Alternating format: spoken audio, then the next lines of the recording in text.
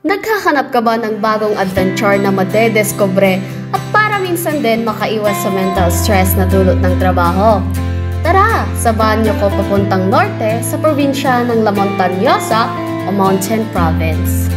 Kamakailan lang ay naibahagi ni Kapuso mo Jessica Soco ang isang bagong discovery na lugar sa Mountain Province na kung saan ang putik ay mistulang bumubula at nagliliyab kapag ito'y sinindihan.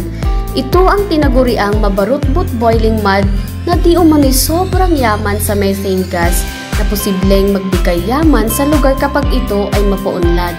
Ito ay matatagpuan sa isang masukal na lugar sa munisipyo ng Paraceles sa Mountain Province. Sa ating biyahe papuntang Mountain Province ay mapapawaw ka talaga sa ganda ng mga tanawin sa Cordillera habang bumibiyahe. Matatanaw ang mga nagsisitaasan na mga bundok, makakapal na ulap na animoy baybayin sa tuktok ng bundok at makakalanghap ka ng sariwang hangin. Isa rin sa mga madadaanan natin ay higanting statue ng isang agila.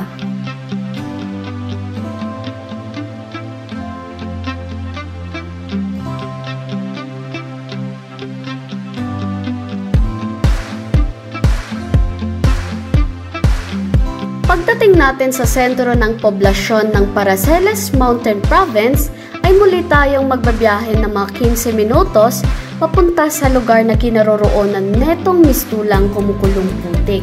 Narating natin ang junction na ito makalipas ng ilang minuto. At ayon sa mga residente, ay aabutin pa kami ng humigit kumulang ng isa pang oras bago marating ang ating destinasyon. Hindi dahil sa mabigat na trapiko, kundi kailangan naming maglakad patungo sa mismong kinaroroonan ng bumubulang putik.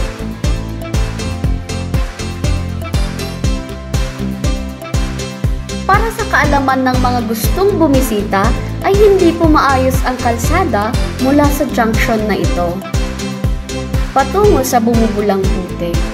Mula dito ay kailangan nating ihanda lahat ng ating mga kagamitan at bitbitin papunta doon. May parte po na lasong-lasong ang kalsada at maputik lalo na kapag ito ay rainy season. Pwede naman pong gumamit ng motor pero may parte na mahihirapan tumawid dahil sa kapal ng putik at malagkit po ito. Paalala po, magbaon ng tubig, merienda, pagkain at syempre, madami-raming kwento para sa mahaba-habang paglalakad. Tayo po ay maglalakad ng humigit kumulang mga 1 oras mula sa junction na ating nadatnan kanina. Depende rin po sa bilis ng iyong paglalakad. Sa aming paglalakbay ay ikta-iktaryang bukirin ang bumungad sa kapaligiran at mga puno ng saging sa paligid ng daan.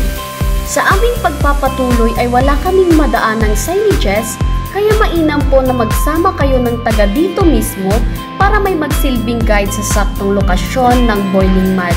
Maaari po kayong maligaw at mapadpad sa maling destinasyon kung wala kayong sapat na gabay sa daan. Buti na lang, may mga nakasalubong kami sa daan na nagturo sa tamang lokasyon neto. Woo! Kapagod! At makalipas ang mahaba-habang paglalakad, ay sa wakas, narating na din natin ang kinaroroonan ng bumubulang putik.